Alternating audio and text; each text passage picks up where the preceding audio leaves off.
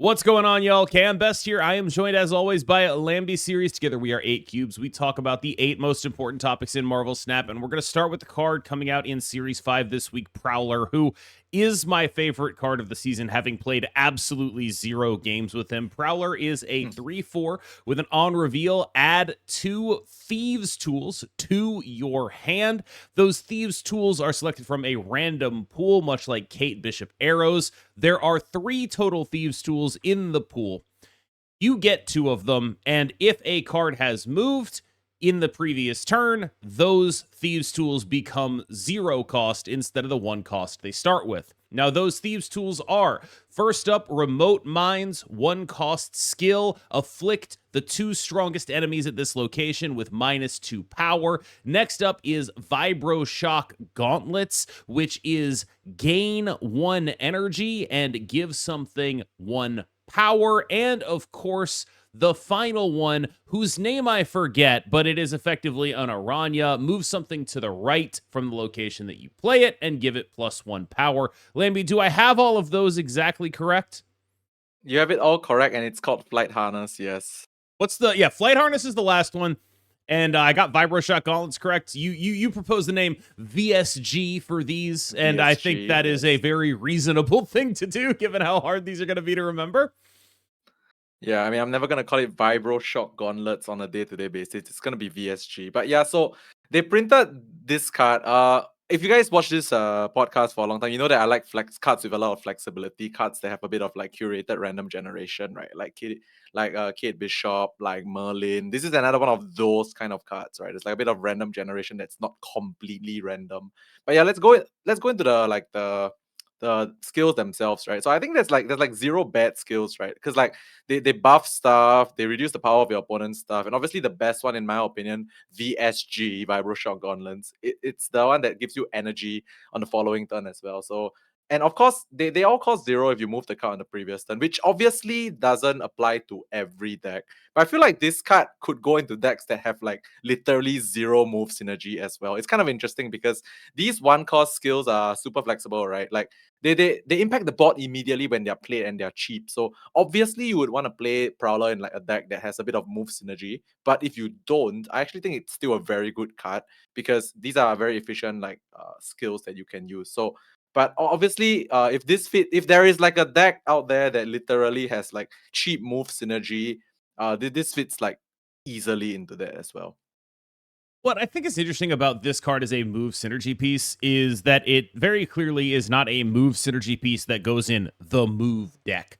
This is a move synergy piece that goes in Silk Stuff. This is a move synergy piece that goes in Hydra Stomper. This is not what a deck like Heimdall big move Human Torch stuff is really looking for, I think. In large part, that is because, and like some of these cards really do seem like they'd be good with Human Torch, right? Like gaining power. That one is probably the worst one, the gain power and a move. But it's the best one if you have a Human Torch, right? Like that is so far and away the best one. So I think it's balanced around that kind of thing where like it's the worst one for everything else, but it's the best one if you are playing it in actual move. I think you probably can do that. Like I don't think that's a bad idea or anything like that. I just think that if you replace something like Cosmo, you might end up missing the Cosmo a little bit more than you'd think. But this card to me looks like the best mid-rangey card in the worst meta to be a mid-rangey card of this type, where it is a card that can do so many things. The fact of skills is really, really important because we're going to talk about Victoria Hand a little bit later. And one of the things Victoria Hand struggles with is the ability to go vertical on an individual location because of board space restrictions. Skills are always, like, they should be understood, I think, as a way, not necessarily first and foremost, but as a fundamental part of what they are, as a way of circumventing board space restrictions. They can add power to lanes without actually using the space in the lane. So at a baseline, that's a really good thing to do. You see decks using this with the skills that Merlin creates in Zombie Scarlet Witch, for example, or with Werewolf by Night, where you care a lot about having as many possible things that can go in one lane.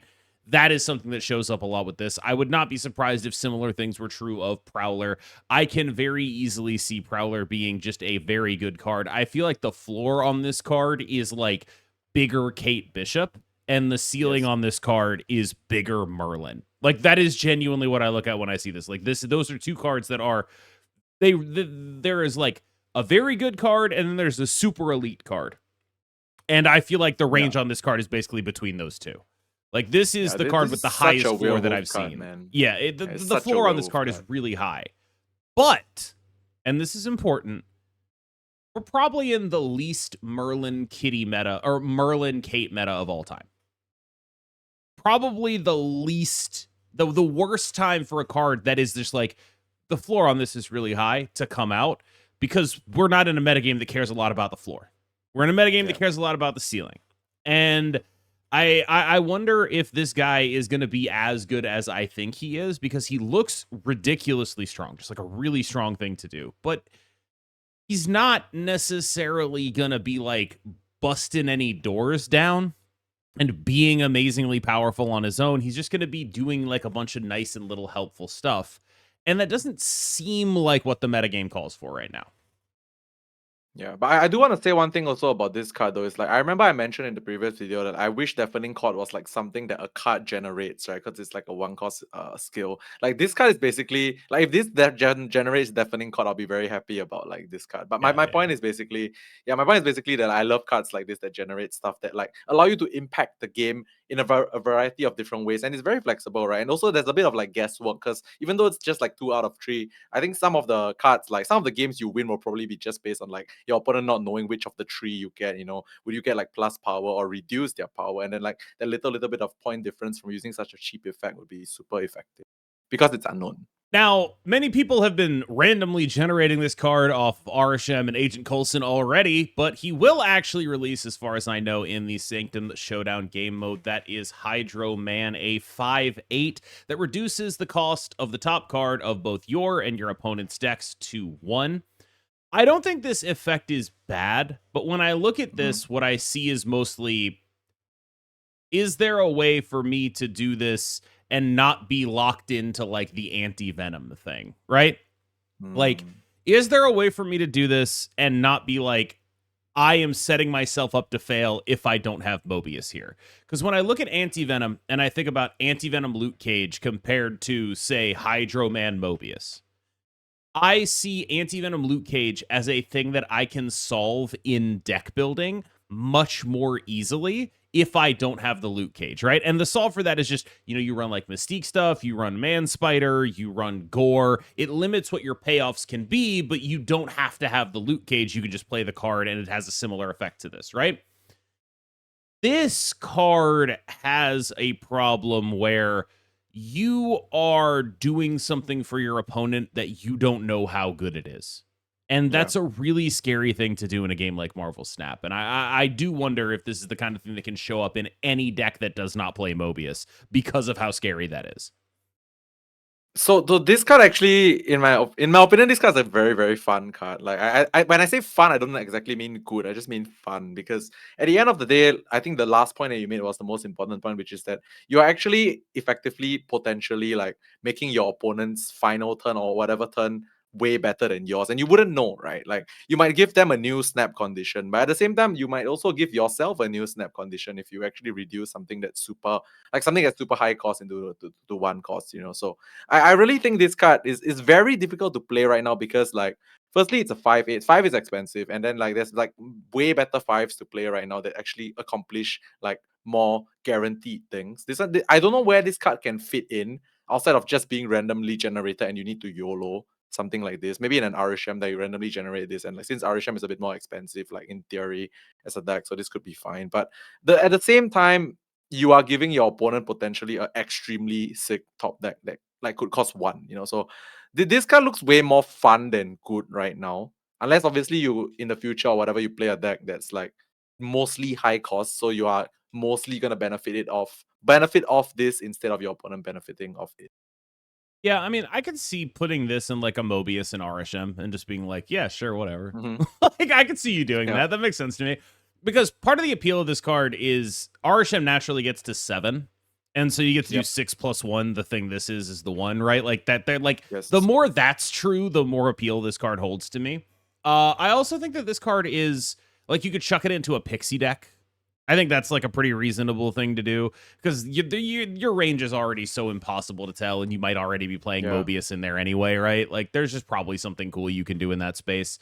Is it special? I don't know if it's special, but it's a card that's like, I look at that and I'm like, yeah, that probably should have existed a year ago, you know? Like, oh, it's Reverse Sandman. Oh, it's Hydro Man. Oh, clever. All right, cool. That's just like a card that should already exist. I just kind of realized that was the law, right? Like Sandman. Really?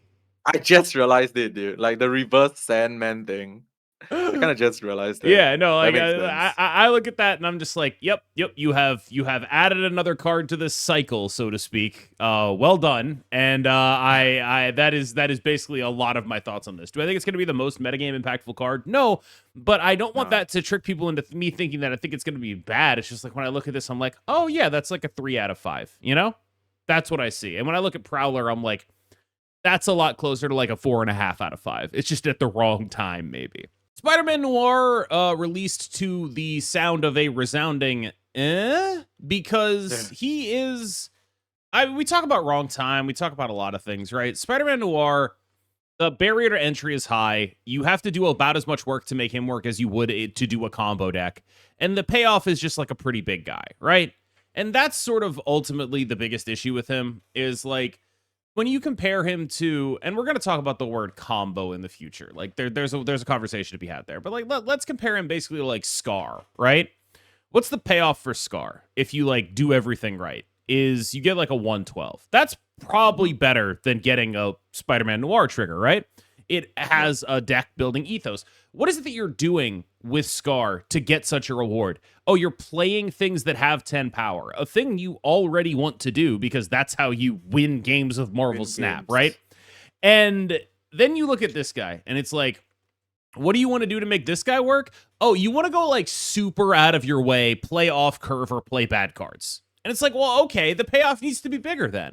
And that's really all I can come away from this thinking is like, the payoff needs to be bigger if this card wants to exist.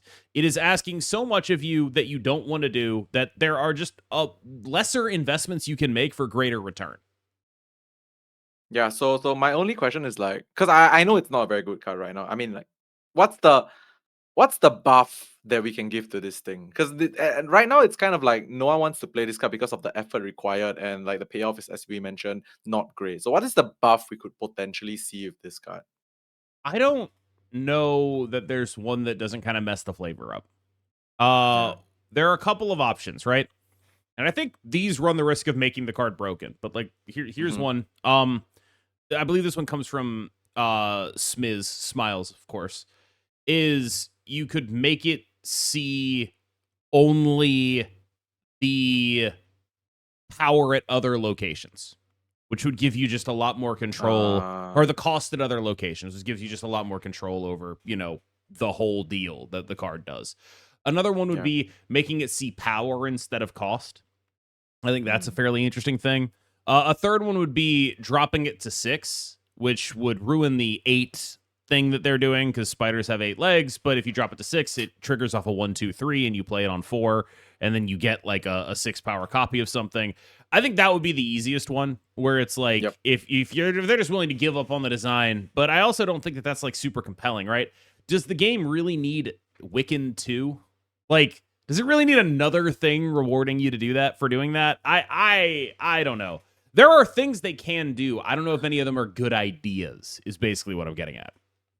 Yeah, but I mean, the whole Wiccan 2 idea thing is, to be honest, actually it's like the most compelling for me because it's like the easiest thing to achieve as well. Because like at the end of the day, cards need to be playable, right? Like at the end of this kind of card, you really want to be able to, at the end of the day, you want to have like an easy way to play the card on curve or without disrupting your deck building to play like bad cards as we mentioned. So I feel like maybe like making it 6, but yeah, it destroys the whole like 8 legs thing. But I do think that's like one of the easiest ways to make it sort of playable.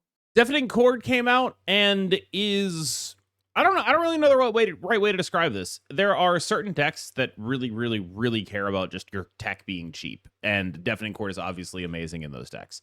I think it has had a pretty profound effect on the metagame.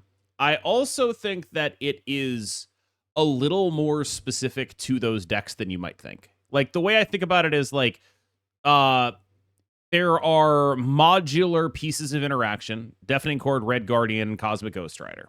And they all are on a scale to what your deck can actually afford to run. And some decks are way better set up to run the 5 because they are the kind of mid-rangey decks that have, like Hydra Stomper decks, for example, really well set up to run a 5. Really well set up to be able to do a deck like that because they don't have anything at 5 taking up that space, and they're not clogging their hand like something like V-Hand is. V-Hand, on the other hand, no pun intended, is a deck that cares deeply about its tech being cheap. It has to be cheap because you don't want to block your stuff from copying, because managing your hand is such a big part of it. It doesn't have the ability to run even another 3-cost tech piece beyond Shadow King. It can't do that. It also wants its tech to be stuff that it actually can play, right? The longer a card sits in your hand in V-Hand, the more likely it is to screw up your Moon Girl. The more specific that card is, the worse it is to copy 2 of them. Copying a Shang-Chi in your V-Hand deck is the worst thing you've ever done in your entire life. It doesn't have the ability to play a Shang-Chi. It doesn't have the ability to play an Enchantress or a Cosmic Ghost Rider, but it does get to play this, and so it gets this basically as a full upgrade on whatever else it would have been doing. It goes from 1 piece of tech in Shadow King and a Quake to 2 actual pieces of tech. That's a really big deal. But that's not true of every deck, right? And so Chord is, I think, a huge piece for V-Hand, a really important piece for V-Hand that has genuinely catapulted it back into, I would argue, one of the best decks, if not the best deck in the game. But it is not going to be similarly good in things that don't share the same dynamics. Yeah, I mean, a lot of what I want to say in this topic will also be eventually covered in the V-Hand topic. So I just want to say that, like, at least for now, I want to say that, like, this guy is actually really, really impactful because it's, as much as I would prefer if this was like a card generated from something that you already run in your deck, right? The fact that, like, it's found a home in the V-Hand deck because it's V-Hand really needs to have like tech cards that are easily not disposable, easily used onto the board, and they have to be cheap, right? Because you want to play a lot of cards as well, and you don't want to clog your hand. But at the same time, this really has a lot of targets right now, if you think about it. Like in the current meta, you kind of, as much as you want to use this on like some very specific things, you can kind of just use it on anything. Like, let's just say your deck synergizes with this already, right? You don't need, see, if there's already synergy with your deck, you don't really need to think about what you specifically want to hit with this. Like, if it's something that you just need to get out of your hand for, like, to reduce the power of something and get rid of their attacks, there's so many targets right now. So yeah, this card really well positioned and actually has a home in a top tier deck right now. So yeah, good card overall. Now, normally we don't do a lot of like, let's take a moment and just say something is bad and not actually talk more about it. But I really don't know what else we can do when it comes to the Sanctum Showdown rewards track. Both the premium and the free track have just had rewards taken out of them. Everything has stayed the same price, but you just get less credits on there. I really don't have anything else to say other than that's bad, right? Like, I normally I would like to do like some kind of in-depth discussion or whatever, but it's bad that happened, and I don't think they should do that, and I think they should not do that. Like, I don't know what to tell you. Now, I did look into this. The rewards track is basically always bad value in all of these. The premium, like the 800 gold thing. It's basically always bad value, assuming you are willing to actually play the game mode, in which case it becomes like good value because then you have to play the game mode less in order to get the card out of it. But it's basically never going to be worth, quote unquote, the 800 gold in the rewards you get from being on the premium track because a lot of the value is in just speeding up card acquisition. So that's noted. I don't know. I just think that it's bad that there are less rewards in this game mode and that we should get more free stuff, and that is pretty much always my constant complaint. Like, I'm not sure it's like a big deal. Like, I'm not sure it's like make or break or whatever. Like, it's a game mode, you know. They're not like Kid Omegaing it. It's just like they took like, I want to say it's a total of like 1,000 or so credits out of the total reward track combined. And it's like, that's not nothing, man. I like doing splits. Yeah, I mean, like, do you think they're doing the whole thing where, I mean, SD has done this a lot of the times, right, in the past. They like to test if this is okay with the player base, you know, like, I mean, you guys that have played this game long enough, you guys will know, like, they like to do this thing whereby they test like this ratio of like rewards compared to the previous one, and hey, if no one's complaining that this is fine, let's do it for the next one as well. So maybe we should complain more, so they will not do this for the next one as well, you know. I would imagine complain more is not the thing. The problem is they have me over a barrel. The thing to do in this situation would be, like not engage with the game mode entirely, right? Yeah. I don't have that ability because I need the card to create content with the card, right? So they have my ass over a barrel because either I engage more in the game mode. Like that like what I'm wondering is what they're testing, if we take the value out of the premium season pass, will people not buy it or will they still buy it to get out of having to play the game mode? And in my case, I think the answer is I really don't want to play a lot of this game mode. Like I want Hydro Man and I want to go. So I feel like for me, all the value of the pass has never been in the cards, the stuff in there. It's been in I don't have to do this, you know? And I wonder if they'd be more effective if they just let me buy the card from the game mode and then they could start draining my tokens. But I guess they don't feel like they want to do that, so they're doing this instead. Yeah, there's so many games out there that will literally do that. They'll just let you buy the card, you know. Like I remember we had this conversation as well. I mean, this is not exactly about Sanctum specifically, but I remember we had this conversation about the whole like spend money to just get the reward or spend money to get an easier time getting the reward, you know, that kind of thing. So I feel like they should, in my personal opinion, like if people really want to spend money, just give them the option to just get the card, which is probably me as well. Now, we talked about V-Hand a little bit in the Deafening Chord topic. I think the deck is just absurd right now. It's just really good. Like, but it's really good in a way that I think is pretty fragile. And I think it's important to talk about this, right? Because like I've obviously been talking a lot about like how good the deck is, and that is true. But it's fragile in the sense that the goodness of it is predicated on how relevant the tech is to the metagame. And right now, Shadow King is like the single most relevant tech card and deals with so much stuff. And because of that, V-Hand gets to be tech light, right? But if you imagine a different metagame, like when people talk about why V-Hand fell off, I think the biggest reason is that for a while there, you had to be teching up for a bunch of different stuff. And V-Hand doesn't have that capacity. V-Hand can't be a deck that plays Cosmic Ghost Rider and Mobius and Shadow King and Mercury. It has no ability to be that deck. Every other mid-range core is going to be able to be that deck much more easily, right? It can't be that. If you have to do that to show up in the metagame, V-Hand is really bad. But you know what's really good at being a, you know, Stardust, Mobius, Mercury deck is Invisible Woman First Steps, right? Like that's really good at being that, right? Or what's really good at being a Cosmic Ghost Rider and Mercury deck? Well, I mean the Hydra Stomper deck is really good at that, right? There are like I worry that the reasons for this will go over people's heads, and then people will be like, "Cam, you said this was the best deck, but something changed, and now it's not the best deck anymore." And so I really want to be clear that like a lot of why this deck is good is because combo decks, when they go up against each other, the bigger one wins because neither of them interact with each other, right? And so a lot of what's happening in current Marvel Snap is the combo decks that beat the other combo decks are the ones that do a lot of green power. So you have a combo decks that lose to Shadow King, right? And then the other thing that's happening is the combo decks that aren't doing green power. You look at like Ongoing, you look at Invisible Woman First Steps, they get Deafening Chorded. So Shadow King Deafening Chord covers a massive amount of space right now. But like, you know, if you run into Hela, you're still dead. Like it's not. And so if Hela was like 20% of the metagame, V-Hand wouldn't be good again, right? Because it's not a good Stardust deck. It doesn't have the ability to play those expensive tech cards as easily. Right now, it's skating on the shape of the metagame and how good Chord Shadow King as a 1-2 is.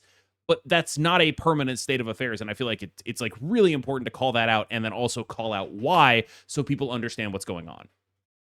Yeah, I think the overarching theme of this topic is an important theme, like for the future of Marvel Snap and since the dawn of time of Marvel Snap as well, which is like I think a lot of these kind of things are super contextual, right? Like V-Hand is like good right now because the tech that it can run affects the meta really well, right? Like so the thing about the tech that V-Hand can run is not expensive tech because V-Hand is a deck that really needs to do specific things at the right time. Like if your hand is clogged with tech that's unplayable, you can't really do the Moon Girl thing, you know. You need to play on your final turn, you need to play multiple cards, and those have to be potentially copied by the Moon Girl first as well. So if your hand is clogged, you can't dump cards, it's gonna be really difficult, right? So Deafening Chord is something that's cheap and it's easily dumpable from your hand. So I would say that it's perfectly fits in the V-hand shell. But then, of course, like you mentioned earlier with the whole Hela thing, if the meta shifts back to, oh, somehow it's a Hela meta again, you can't force those tech cards versus Hela into the V-hand deck, right? Like, it's like you're trying to force a deck to be good because, like, you want to run specific tech cards for Hela, for example, but the V-hand deck just cannot accommodate them.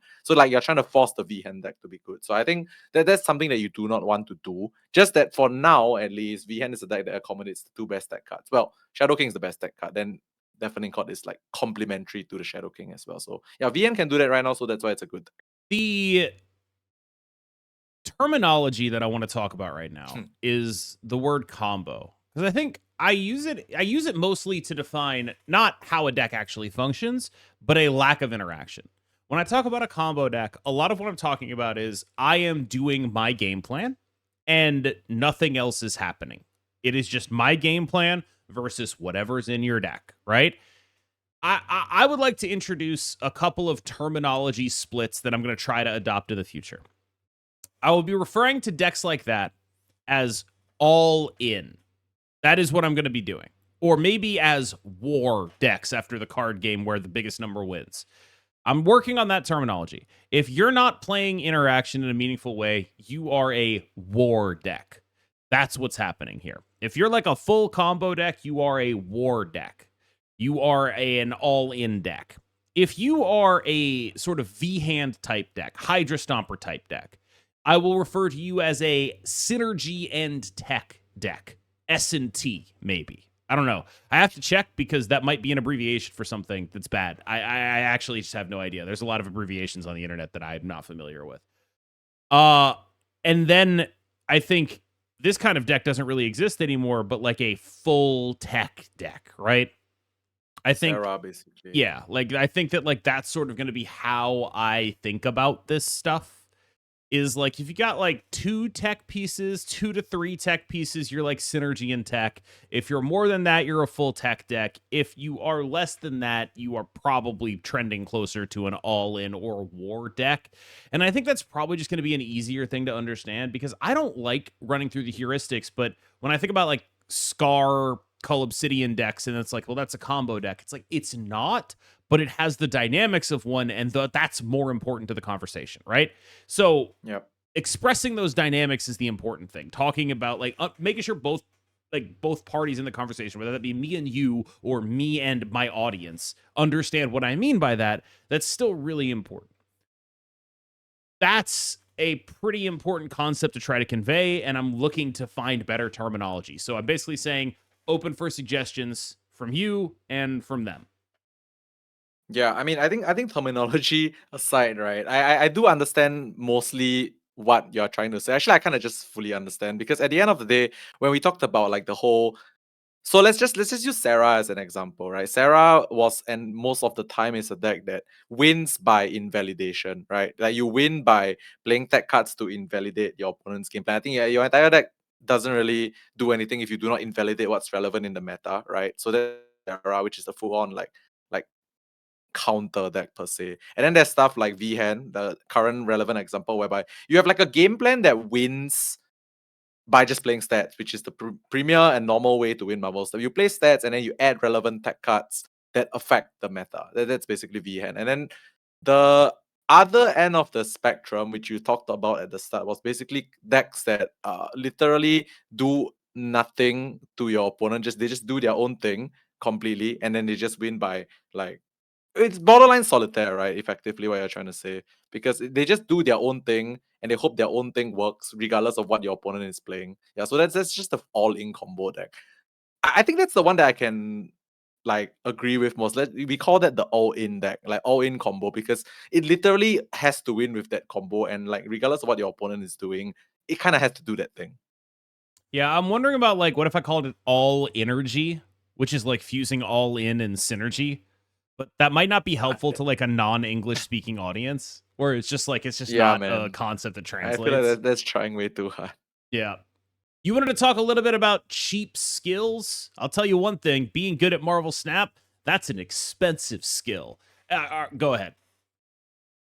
Yeah, no, so we talked a little bit about this on the previous episode as well, which is like, I think Marvel Snap is like leaning towards you having more like cheap like skills, like those with these one cost skills. They are doing so many of these recently, by the way, Deafening, Chord, and then Prowler as well.